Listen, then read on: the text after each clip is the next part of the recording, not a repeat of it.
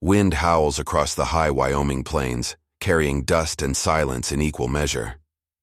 The vastness is broken only by the narrow cut of steel tracks and a tired wooden depot standing stubborn against the horizon. The year is 1887. The sun sets, low, casting long shadows from the western hills, a shriek of brakes, a burst of steam. The train slows with a hiss and grumble. Doors open. Men in wool coats leap off. A mother clasps a child. A soldier disembarks. Worn and alone, among them she stands. Eleanor Whitlock, 58, cloaked in layers of travel-wrinkled satin and lace, steps down. Her boots hit the dirt. Her gloved hand clutches a letter, edges curled, ink faded, but still legible. She looks around, expectant. The crowd thins. A porter tips his cap and wheels a cart away. Eleanor remains still, her gray-streaked hair pinned with care, her back straight with practiced grace. She scans the platform again. Her eyes, blue and sharp despite age, soften with confusion. Then dread. A boy in patched overalls tugs at the station master's coat. "She's waitin'," he mutters. The station master ambles toward her, hat in hand. "You Eleanor Whitlock?" he asks. She nods. He jerks his thumb toward the empty road. No one came. Guess he changed his mind. "Sorry, ma'am." She doesn't move. Only her fingers tighten around the letter, crumpling the corner. The train pulls away. A gust of wind scatters. Dust. Her skirt flutters. The boy watches from the corner of the station. She forces a breath, steady but shallow. The station master shuffles away. Evening creeps across the land. The platform empties. Eleanor sits on her trunk, hands folded, face unreadable. The prairie grows quiet. Distant howls pierce the air. Coyotes. A lonesome cry echoed by the land itself. She looks down at her wedding ring, worn but polished, the only piece of gold left to her name. She slips the letter back into her satchel and tightens her shawl. Darkness falls like a curtain. She's still there when the first raindrops kiss the ground, cold, scattered, the kind that seeps into bones and memory. Her trunk sits untouched. She makes no move for shelter. She watches the horizon instead. A sudden cut through the silence, the creak of wooden wheels, a horse's snort, a lantern swinging from a high cracked beam. The wagon rolls into view, its outline ghostly in the mist. At its helm sits a man, broad-shouldered, bearded, a weathered hat low over his brow. He reins in the horse and regards her quietly. He doesn't speak. She doesn't either. The rain comes harder. He eyes the trunk, then her face. "Storm's comin'," he says, voice low and gravelly. "Ain't no place to sleep out here." She blinks. Doesn't move. He shifts slightly, glancing back at the covered wagon bed. Eleanor's lip trembles for half a second before she catches it. She rises. Without asking, he leans down and lifts her trunk with surprising ease, settling it behind him. She hesitates, then climbs aboard, skirts heavy with rain. Her shoes leave faint prints on the wood. The wagon lurches forward, wheels crunching gravel.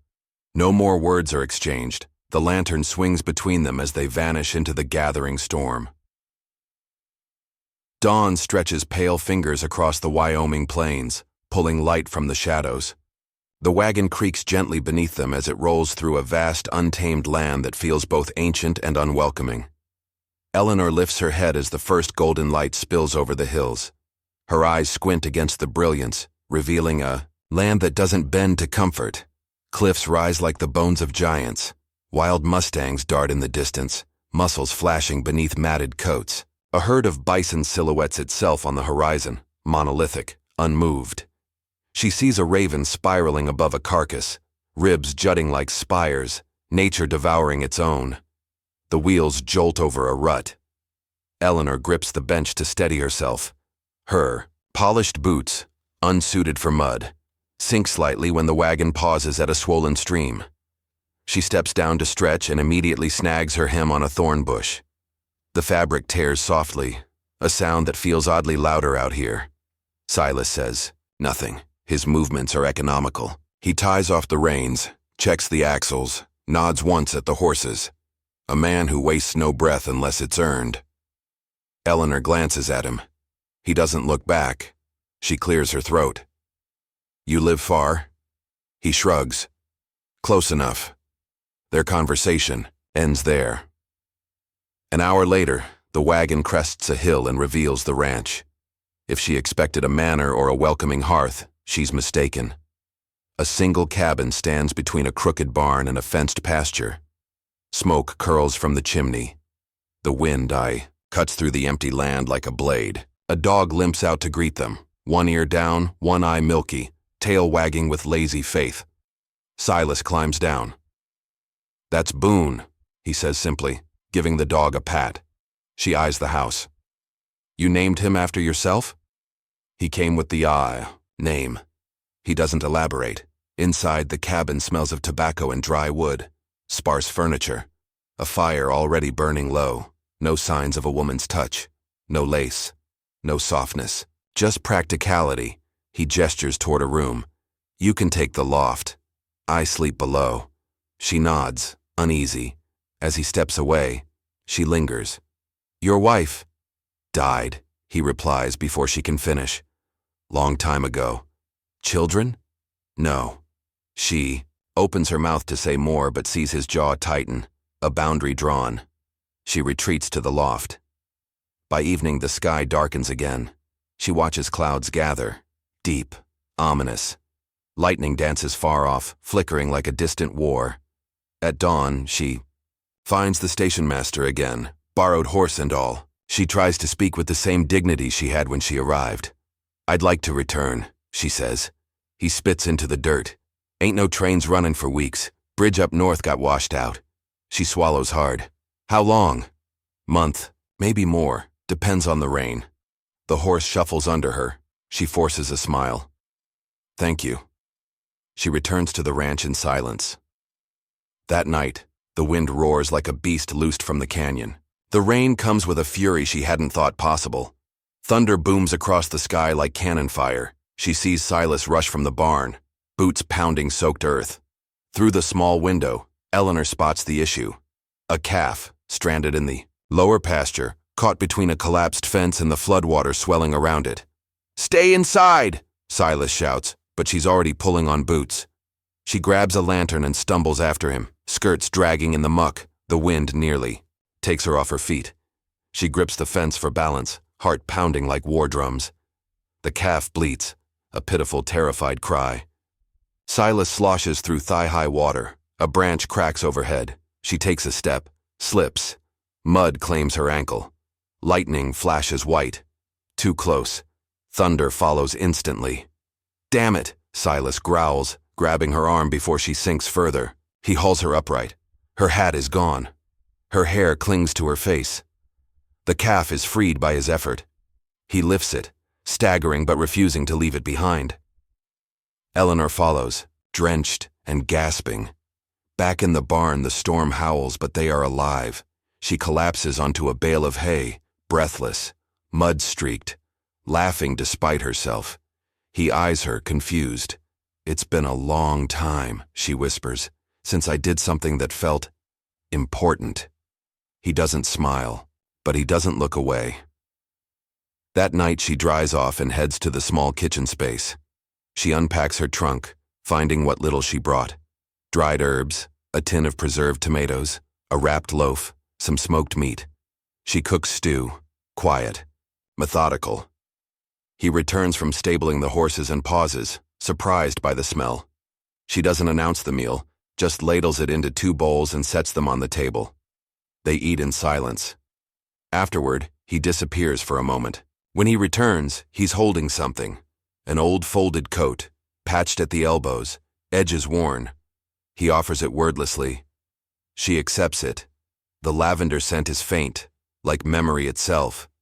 She doesn't ask who it belonged to. He adds a log to the fire. She sits across from him. They don't speak, but the silence between them now. It's warm, not empty. It lives. Rain hammers the roof in steady rhythm, but inside the cabin all is still. Eleanor sits on the edge of her narrow bed in the loft, her back slightly hunched, hands delicately unfolding a worn linen pouch. Inside, a photograph, sepia-stained and weathered from years of folding, shows 3 figures. Her husband in union blue, mustached and proud, hand resting on the shoulder of a boy no older than 10. Another child leans into her dress, chubby-faced and shy. Eleanor brushes her fingers across their faces like she could bring warmth back into the paper. She speaks softly, to the photograph, to the shadows, to the wind tapping against the window pane. They told me I was foolish, that no man worth anything would want a woman like me. Too old, too tired, too full of ghosts. Her breath catches. But I didn't come out here to be wanted. I just wanted someone to say, "Good morning" again. Her voice breaks on the last word, but she straightens, blinking away the weight. Downstairs, the fire cracks low. Silence stretches thick as wool, until hoofbeats sound. Slow, deliberate, distant, but approaching. Silas hears it too. He's outside before she can descend the ladder. She watches from the doorway. A lone rider emerges from the trees. No announcement, no rush. Just a figure in a fringed coat and feathers braided into long black hair, seated atop a dark, sinewy horse that doesn't so much gallop as glide. Silas stiffens. The rider halts. The 2 men lock eyes. "Red Elk," Silas mutters. Thomas Red Elk slides down, barely making a sound. His movements are fluid, cautious, precise, like someone always half in the world and half out. Silas steps forward, hand extended. Red Elk clasps it. Their handshake says more than words ever could. Red Elk's gaze turns to Eleanor. He doesn't speak, but he nods once, deep, respectful. She nods back, uneasy but curious. Later by the fire, Red Elk speaks only when needed. "Men coming," he says flatly, voice low and graveled. 4 or 5. Deserters. Took horses from the Mason spread. Left 1 man dead. Silas's jaw tightens. Eleanor looks between them. What will they want? Food, ammo, maybe worse, Red Elk says. Silas turns to her. You don't leave the ranch. Not alone. Not until they move through or we stop them. She nods, heart thudding. The next day, Eleanor finds herself in borrowed trousers and a wool shirt, sleeves rolled. She helps mend the broken fence on the north pasture, hammering nails with more frustration than skill. Bess, a calm gray mare with gentle eyes, becomes her companion. Red Elk appears wordlessly beside her one morning. He hands her a small piece of hide, points to the dirt where faint hoofprints are stamped. Fresh, he says, not ours. He shows her how to kneel, how to feel the earth, how to listen for birds going quiet. She watches him move, never hurried, never loud. Even the grass seems to bend differently where he walks. Silas remains distant but alert. His eyes scan the tree lines more often now. One night, the wind shifts. The livestock stir restlessly. Eleanor wakes to a low, guttural sound. A howl. Not far. She grabs the lantern. Outside, clouds drift across the moon like ghosts. Shapes move along the ridge. Low. Quick. Wolves. She sees their eyes gleaming. 6, maybe 7. They've come for the calves. She doesn't hesitate. Grabbing 2 iron pot lids from the kitchen, she bolts into the dark and begins clanging them, together with fierce rhythm. The clang echoes like gunfire. "Get away!" she yells. Her voice cracks, but it's sharp. Silas emerges with his rifle. He fires once into the sky, a bark of panic. The pack scatters, but one lingers too close. Red Elk appears behind her, bow in hand, arrow loosed in a blink. The wolf drops mid-lunge, silent. Eleanor pants, heart racing, the lid still clutched in her hands. Silas strides over, grabbing her, shoulders. "Are you mad? You could have..." But he stops. She's standing tall, eyes wide with exhilaration. Her hair is wild, her cheeks flushed. "I didn't think. I just couldn't let them take anything else," she says. Red Elk looks at her, unreadable, then nods once. Silas exhales. the anger melting to something quieter, not quite admiration, but something near it. The three of them stand there watching the ridge. Eleanor trembles, but from adrenaline, not fear. For the first time since arriving, she feels something new bloom inside her. Not comfort, not even safety, but place. The wind carried the smell of smoke and iron, dry dust swirling as the afternoon sun bore down on the crooked little train station once more. A week had passed since the wolves, since Eleanor had stood beside two men who had not asked her to be less than who she was. The days since had been quiet, uneasy quiet, like breath held before a storm. The train screeched into the station. Steam hissed, wheels groaned. A man stumbled down from the second car, staggering, unshaven, eyes bloodshot. He wore city boots. Too fine for the prairie, but his coat was torn and the whiskey was thick on his breath. "Is that him?" Eleanor asked. Silas nodded once. She stepped forward as the man swaggered to the platform. "Frank Hargrove?" He squinted, smirked. "Eleanor Whitlock?" He chuckled, a cruel sound. "Well, I'll be damned. Didn't think you'd really show, old girl." She flinched. He swayed. "I figured someone like you would lose your nerve halfway here, or just drop dead." He burst into laughter again, then leaned in. "Truth is, I had second thoughts. Saw your picture again and thought, hell, too late for me to settle for a leftover." Silas was beside her before she realized it. Frank's eyes shifted. "You the new fella?" he asked, eyes narrowing. "Bet she cried on your shoulder, didn't she? Used up women always do." Silas said nothing. He didn't touch his rifle. Didn't speak, just looked at Frank. A long, unwavering gaze. Frank laughed again. Nervous this time. All right, all right." He raised his hands. "You can keep her. Ain't worth the trouble anyway." He turned, muttering to himself as he disappeared. Back into the train, Eleanor stood frozen. The wind blew her coat open. The world was still again. On the ride back, neither of them spoke until the cabin came into view. Then Eleanor asked, "Why'd you come with me?" Silas's hands tightened slightly on the reins. "You didn't ask for much," he said after a moment. "Just not to be left behind." She looked at him. In his weathered profile she saw not pity, but respect. That night, the bandits came. They didn't knock. They didn't announce. Just torchlight and the barking of Boone outside. 3 of them. Young, wild-eyed, guns drawn. Silas kicked the table over and shouted for Eleanor to run. Red Elk was already outside, bow notched, crouched like a panther in the shadows. Eleanor grabbed the rifle from behind the barn door and sprinted for the hayloft, heart pounding. She hid behind crates of feed, breath shallow. Gunfire cracked like a whip.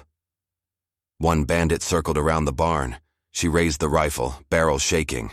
He didn't see her at first. Climbed the loft ladder slowly, step by creaking step. She waited, then pulled the trigger.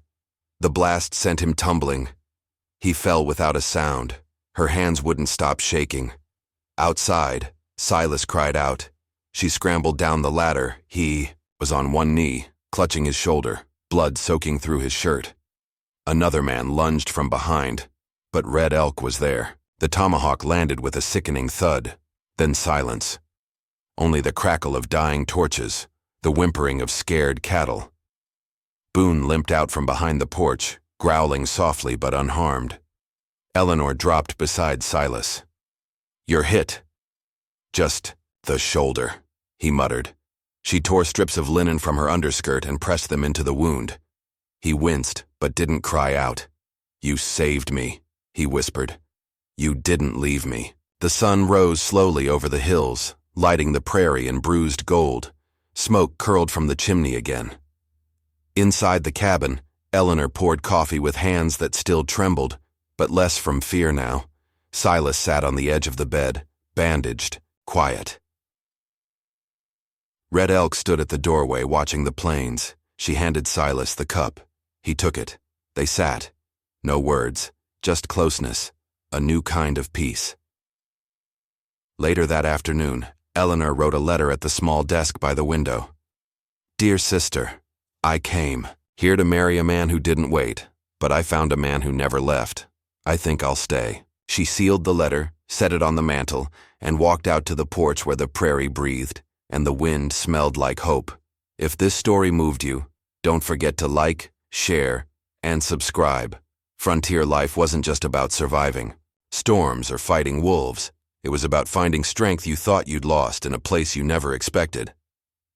Comment below if you believe second chances come when we least expect them.